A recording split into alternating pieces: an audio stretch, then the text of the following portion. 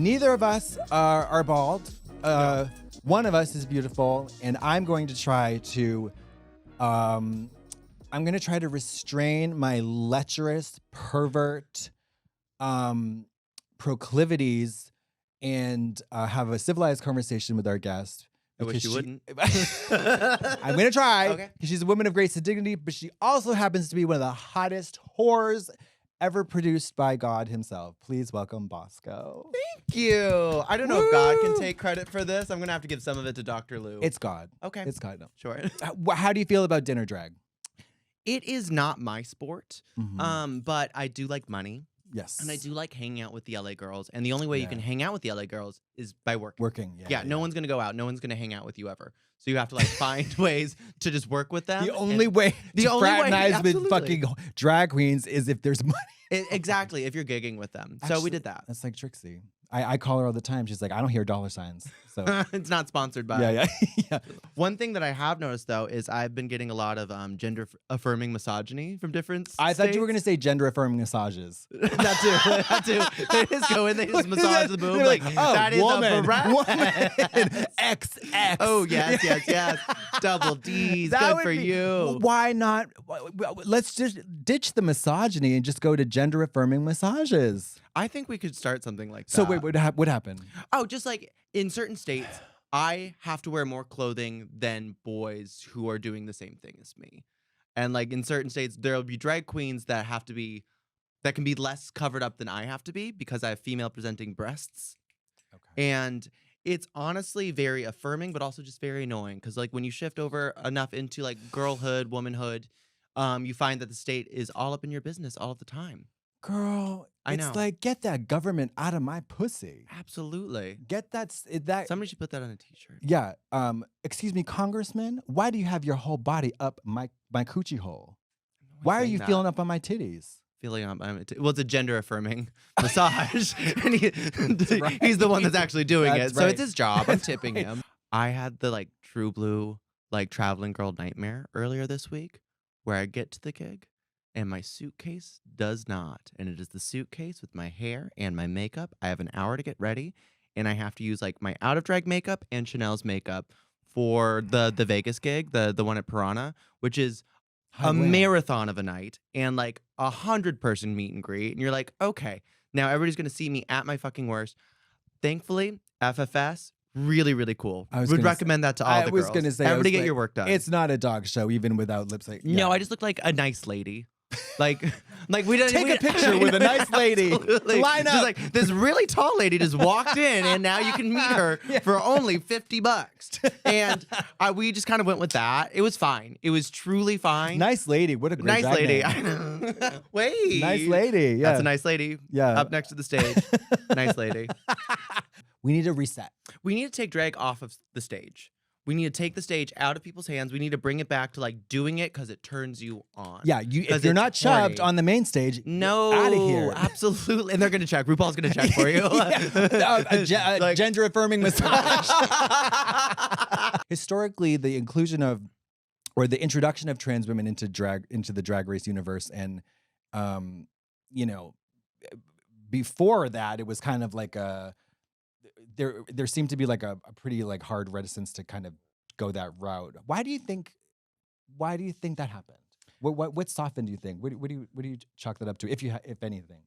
I think a lot of it is like figuring out like when Drag Race first came around, it was the first thing ever like it to be on television that kind of like went that big. Yeah. And I feel like they wanted really clearly defined boundaries, which is not something that you really get with gender and drag. And they tried to make it the thing where it's just like, oh, they're like a boy during the day, but they're a girl at night. Yeah. When most like professional drag queens are weird little gremlins that are never either any of the time. Hell it, girl. So I feel like they really wanted that, like they wanted the division, the transformation, the separation of church and state. Yes. And they needed that. They needed the two branches of the government for cross-dressing. Yeah. And trans women don't fit very neatly in that, and it was just kind of hard to explain and like sell. I imagine. Which is, I know a lot of trans women, and I know most of the trans women I know don't wear top and bottom lashes to go to the bank.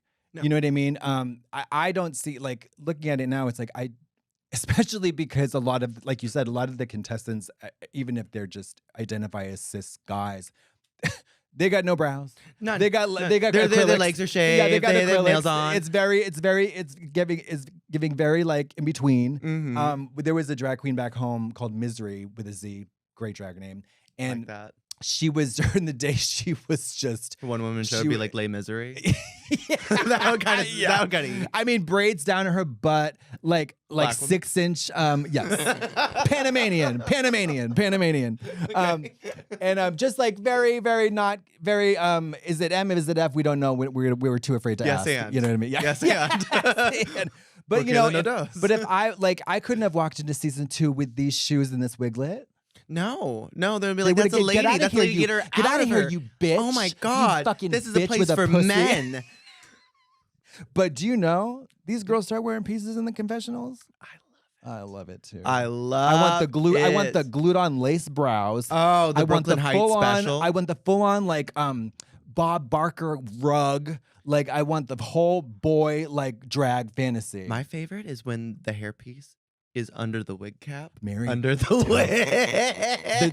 You just read my mind. To me. If I were to go back, Mary, if I were to go back on Drag Race, you just read my fucking mind. I would be so annoying about applying my wig cap. Oh, absolutely. And I was oh God, it's so ouch. Oh my God. I guess I have to pin it in. And I would tape it too, just because, and then I would gel the hair and I would just be like, what are you talking about? I would be in full denial. You're like gluing down the hairline. Like, I need to make sure that I don't rip any of it out. Oh my God. I would be glue sticking. I love the girls that do that where all of this is completely glued down. I mean, imagine I can't even, I've never been able to relate. I've been bald since I was like fucking 3, but like to have a hairline like Teresa Giudice where they need to glue stick half of their fucking hair. Otherwise the wig doesn't fit on. It's so fierce. Love it. Fierce. What is the worst show you've ever done? Ooh. Post Drag Race. There is a nightclub that is not too far away from here, where the guy will ask you to just do a gig, and then you come in and you're finding that you're hosting the competition night, and there's an entire script that you have to follow and do. This guy is also some sort of like undetermined age, just roided out of his brain. Gives you like a little like locker room to change in, and also refers to you as he while you're in drag the entire night. And I did that gig once on my first year, the first lap that I did, and it is the only time that I've ever said, do not book me there ever again. Because not only are you doing the scripted thing, if he doesn't like how you're doing it, he'll just voice a over. Yes. We are going to can't. We are going to bleep that, but baby, do I know? Oh my God! Do I know who you are talking about? The worst gig in the world, baby. Let me tell you, honey. And if you don't have breakfast with him the next day, one day, I decided not to, because it's not that far away from here. Fame changed you. Of course, fame has changed you. I'm a monster now. Exactly. Yeah. No, I decided not to get put up at the hotel. And which meant that I was not at his beck and call for hanging out. Mm-hmm. I was running 10 minutes late to the show. Oh, you better believe he started the show without me. And, no, he did not. And then the one with your face on the poster. Oh yeah. And then got on the mic and said, Katya will be meeting every single person tonight, free of charge. No, and then I was trapped doing a meet and greet for about 450 fucking people till 3 a.m. Oh yeah. Hate his guts. Yeah, like not. I don't think he's a good person. He's crazy. He is crazy. And I can't like judge his morality because he is just insane. No, that was also anybody who refers to their drag queens as he when they're in drag. That is my red flag. No, that's scary. Intentional because when you work with drag queens as much as that person does, that is a dig. It feels like it.